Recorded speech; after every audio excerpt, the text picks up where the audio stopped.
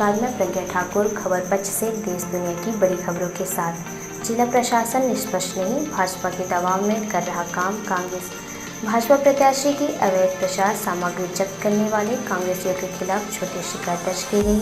TI सीधी की भूमिका संदिग्ध। विगत दिवस आदर्श आचार संहिता का उल्लंघन कर सीधी विधानसभा की प्रत्याशी रीति पाठक द्वारा घड़ी और कंबल बांटने की शिकायत पर प्रशासन द्वारा निष्पक्ष कार्रवाई न करने और भाजपा के दबाव में काम करने का गंभीर आरोप लगाते हुए जिला कांग्रेस कमेटी के उपाध्यक्ष एडवोकेट विनोद वर्मा ने पत्रकार वार्ता आयोजित कर कहा कि सीधी विधानसभा की भाजपा प्रत्याशी रीति पाठक द्वारा मतदाताओं को प्रभावित करने के उद्देश्य घड़ी और कंबल का वितरण किया जा रहा था, जिसकी सूचना प्राप्त होने पर जिला कांग्रेस उपाध्यक्ष एडवोकेट विनोद वर्मा, महामंत्री एडवोकेट मनोज सिंह और कांग्रेस कार्यकर्ताओं द्वारा शिकायत की गई, लेकिन प्रशासन कार्रवाई करने को तैयार नहीं था। लगातार शिकायतों और कांग्रेस के बड़े नेताओं के भारी दबाव के बाद प्रशासन मौके पर पहुंचकर ग्राम जमोरी से 65 नग और भाजपा प्रत्याशी रीति पाठक के भवन, जिसमें आर्या कॉलेज के नाम से निजी महाविद्यालय संचालित है, के 4 कमरों से 2500 नग घड़ियां एवं 780 नग कंबल बरामद किए। पूरे घटनाक्रम की वीडियोग्राफी कांग्रेस द्वारा भी कराएगी और जिला प्रशासन द्वारा भी कराएगी। पूरे घटनाक्रम के बाद कांग्रेस जनों के खिलाफ भाजपा प्रत्याशी के द्वारा अपने लोगों से छोटी शिकायत दर्ज करवाई गई कि कांग्रेस के लोगों ने निजी आर्या महाविद्यालय से 10 नग कंप्यूटर चोरी की और तोड़फाड़ किया। यह हास्यास्पद नजर आता है, जबकि मौके पर पुलिस बल पहले से मौजूद था, पत्रकार साथी मौजूद थे और पूरी कार्रवाई उनकी मौजूदगी में हुई। लेकिन इस तरह से आरोप लगाकर वे कांग्रेस को डराने की कोशिश कर रहे हैं, पर ऐसी गीदड़ धमकी से कांग्रेसी डरने वाले नहीं हैं। हम उक्त मामले की निष्पक्ष जांच की मांग करते हैं और यदि यह घटना सही है तो हमारे साथ उन पुलिस वालों के खिलाफ भी मामला दर्ज किया जाए जो हमारे पहुंचने से पहले वहां मौजूद थे और उनकी मौजूदगी में कंप्यूटर चोरी हो गए। यदि उक्त शिकायत जो कि छोटी पाई जाती है तो शिकायतकर्ताओं के खिलाफ FIR दर्ज कर कानूनी कार्रवाई की जाए। दूसरी बात, इस पूरे मामले में जिला प्रशासन की भूमिका निष्पक्ष नहीं रही। पहले प्रशासन द्वारा बरामदगी में कंबलों की संख्या को दर्शाया गया, बाद में कहा कि कंबल की बरामदगी भी करेंगे, बाद में फिर उनको भारी दबाव के बाद बरामद करना पड़ा। पूरे घटनाक्रम में कार्रवाई करने में जिला प्रशासन को 18 घंटे से ज़्यादा वक्त लगा, जबकि आचार संहिता के उल्लंघन के मामले में त्वरित कार्रवाई करनी चाहिए थी। इन परिस्थितियों में निष्पक्ष चुनाव की उम्मीद नहीं लगाई जा सकती। पूरे घटनाक्रम में सीधी कोतवाली के TI की भूमिका पूरी तरह संदिग्ध है। कांग्रेस पार्टी मांग करती है उक्त सभी मामलों की निष्पक्ष जांच कराई जाए एवं ऐसे अधिकारियों और कर्मचारियों को तत्काल उनके पद से हटा दिया जाए। भारतीय जनता पार्टी की घोषित प्रत्याशी रीति पाठक और उनके कार्यकर्ताओं द्वारा लार्ज स्केल में दीवार घड़ी का वितरण किया जा रहा है, जिसमें जो लीलैंड छोटी गाड़ी से घड़ियाँ ले जा रही थी, उस गाड़ी के फोटोग्राफ्स और घड़ी के फोटोग्राफ सहित मैंने मनोज सिंह और सुनील चौधरी के संयुक्त हस्ताक्षर से शिकायत माननीय राज्य निर्वाचन आयोग, माननीय कलेक्टर महोदय सिंह जी, SP महोदय सिंह जी और एडिशनल कलेक्टर महोदय सिंह जी को मेल से प्रेषित की। उसके बाद शाम को ये पता चला कि जमोरी के उप सरपंच, जिन्हें बब्बी कहते हैं, उनका कुछ नाम कौशल प्रसाद वर्मा, घर में काफ़ी घड़ियाँ संग्रहित हैं और बांटी जा रही हैं। वहाँ हम लोग पहुँचते हैं, हमारे साथ भूपेंद्र सिंह जी थे। हमने आपको फ़ोन किया कि ऐसा है, वहाँ चलना है। तो हम और आप और एक अजय सिंह थे, उनके साथ हम लोग जमुरी गए। हमने अपने पत्रकार साथी भाई धर्मेंद्र जी को, अजय जी को और शरद जी को साथ किया। आप लोगों ने फ़ोन किया, आप लोगों ने तत्परता दिखाई और बस स्टैंड में मिले, पुराने बस स्टैंड। हम सब लोग वहाँ गए। आप लोगों ने घर के अंदर जाकर देखा कि करीब 57 घड़ियाँ वहाँ रखी हुई थी और उस सरपंच ने ये बताया कि 150 के करीब घड़ी आई थी, जिसे बाकी लोगों को दे दिया गया है और ये घड़ी भाजपा के कार्यालय से आई है और बांटने के लिए आई है, ऐसा उस सरपंच का बयान है। वहाँ से हमने TI पवन को फ़ोन किया जमोरी। उन्होंने कहा ये सेफ्टी की टीम को हम भेजते हैं और खुद भी आ रहे हैं। फिर मैंने कलेक्टर महोदय को फ़ोन किया और सारी वारदात बताई तो कलेक्टर महोदय ने ये कहा कि जब घड़ी बांटते हुए आप कोई छाया चित्र देंगे तब हम कार्यवाही करेंगे, अन्यथा हम नहीं करेंगे। इस पर काफ़ी बातचीत हुई और उसी बातचीत के दौरान मैंने पूर्व मंत्री और सिहाव विधायक कमलेश्वर पटेल को फोन लगाया। इस बारे में ये बताया कि ऐसा कहने पर ये इस तरह का अनर्गल लाभ कर रहे हैं और ये अनुचित सामग्री जब्त करने के लिए तैयार नहीं है।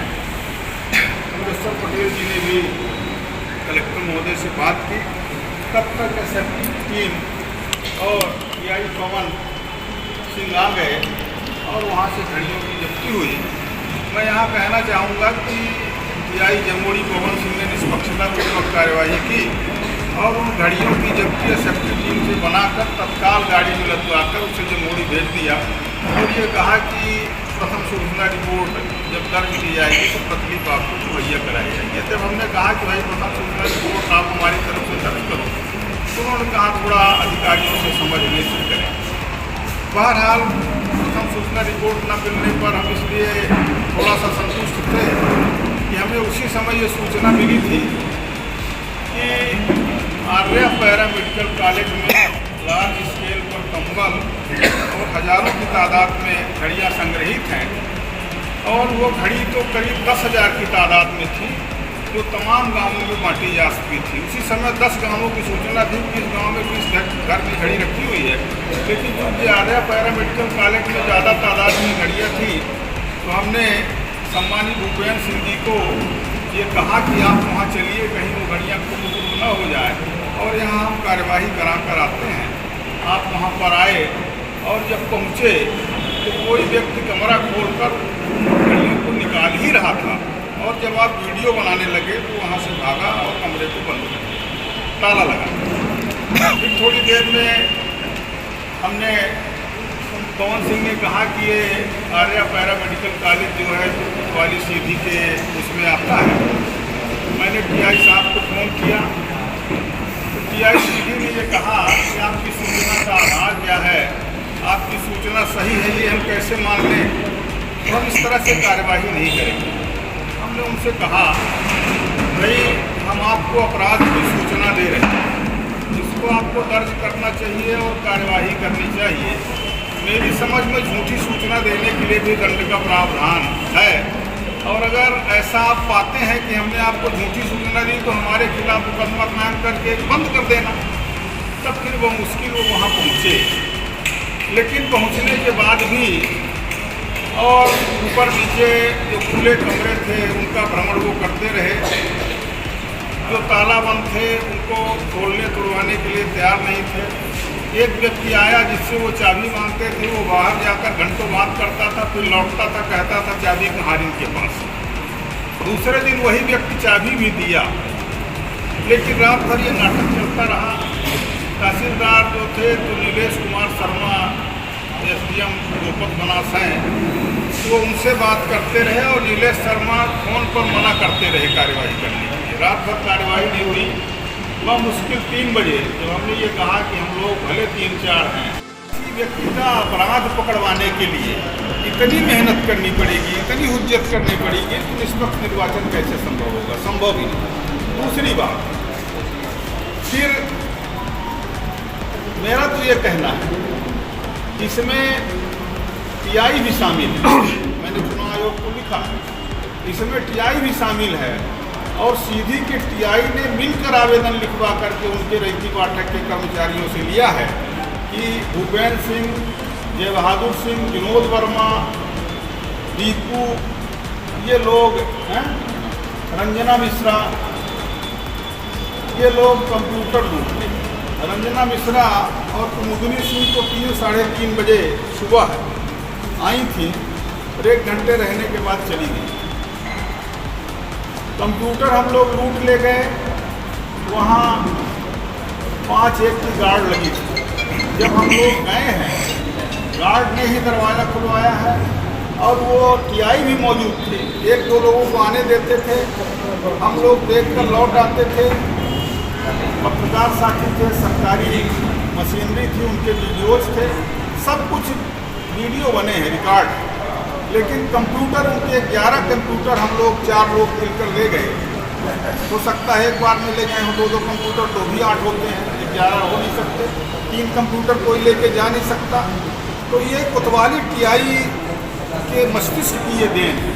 मैं तो आप सब साथियों के माध्यम से कहना चाहता हूँ, मैंने उस दिन भी कहा था कि इस बात की जांच होनी चाहिए, और अगर कंप्यूटर उनके यहाँ से गए हैं और रखे हुए हैं, उस कंप्यूटर को हम लोग ने डकैती डाली है, तो हम लोगों के खिलाफ मुकदमा दर्ज होना चाहिए। उन 5 पुलिसकर्मियों में जिनमें 2 थानेदार थे उनके खिलाफ भी मुकदमा दर्ज होना चाहिए, इसलिए कि वो बैठे थे, हम लोग बाहर थे। अगर उनके रहते हम लोग अंदर जाकर कंप्यूटर लूट कर ले आए तो उन 5 पुलिसकर्मियों का भी सहयोग रहा होगा।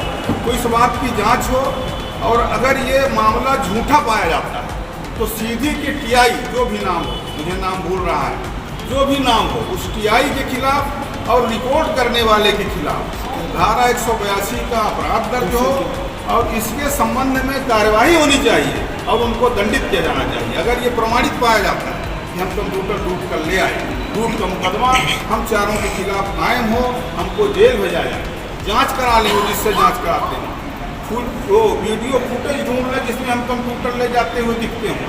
तो इस तरह का जो कार्यवाही कराई जा रही है स्थानीय सांसद द्वारा, जो भाजपा की घोषित प्रत्याशी हैं, ये दबाव बनाने की एक राजनीति है कि हम किस तरीके से दबाव बनाएं कि ये लोग शांत हो जाएं और हम अपने अनुचित साधनों का प्रयोग कर चुनाव जीत लें। लेकिन ये किसी भी सूरत में संभव नहीं है, चाहे कुछ भी करना पड़े, कितने लोग भी जेल जाएं, कितने भी मुकदमे कायम हो, हम लोग अनुचित साधन को रोकेंगे, नहीं पटने देंगे, उनका मंसूबा पूरा नहीं होने देंगे, और हर हालत में हम कांग्रेस को लेके आएंगे, कांग्रेस को जिताएंगे। मैं तो ये कहता हूँ कि अगर वो समिति पक्ष के दबाव में जांच करें और किसी तरीके से साबित करें, अदालतें हैं आज इस देश का प्रजातंत्र न्यायपालिका के सहारे टिका है। अगर न्यायपालिका न होती, सुप्रीम कोर्ट का होता, तो शायद मोदी और अमित शाह की जोड़ी इस देश के प्रजातंत्र को निकल गई होती, और निकल गई होती और संविधान ही न बचता। तो आज तो जो प्रजातंत्र और देश टिका है, जो कुछ न्याय मिल रहा है वो न्यायपालिका के सहारे, उसको न्यायपालिका पर भरोसा है, ये जांच करें, मुलजिम बनाएं, हम अदालत में लड़ेंगे, ये जाएंगे 10-20 दिन की ले जाएंगे, हमेशा जेल खुल जाएंगे। अगर ये हमको जेल भिज जाते हैं, चुनाव अच्छी तरह से होगा, जेल में जाएंगे तो भी अच्छी तरह से होगा। जो मुख्यमंत्री थे, जो तहसीलदार थे, जो जब्ती बनाई, आपने तहसीलदार का स्टेटमेंट लिया है तो उन्होंने कहा है कि एक कमरे में कंबल मिले। आपने स्टेटमेंट लिया है तो उन्होंने कहा है कि कंबल मिले, और तहसीलदार के इस स्टेटमेंट के बाद भी कि कंबल मिले हैं। कलेक्टर कहता है, एसडीएम कहता है कि हमने कंबल देखा नहीं, और एसडीएम के खड़े होने पर गिनती हो रही है। ये आश्चर्य की बात है, इसके बारे में आप लोग, इसलिए इस देश का पत्रकार ही है जो अन्याय अत्याचार दिखाता है। जहाँ तक एनसीएल का प्रश्न है, मैंने मनोज सिंह जी से कहा था, थोड़ा सा ये खबर आई थी कि उसमें एनसीएल लिखा है, तो मैंने, हमारे साथी मनोज सिंह जी एडवोकेट हैं, इन्होंने शिकायत में हस्ताक्षर किया था जो हमने मेल किया, इनको उसमें कार्यवाही करने और लिखने के लिए हमने कहा था। इन्होंने लिखा है या बात की, इसके संबंध में आप इनसे पूछ सकते हैं, क्योंकि आज मैं देवसर में था और वहाँ से सीधे आया हूँ तो आप लोगों के पास आ गया हूँ।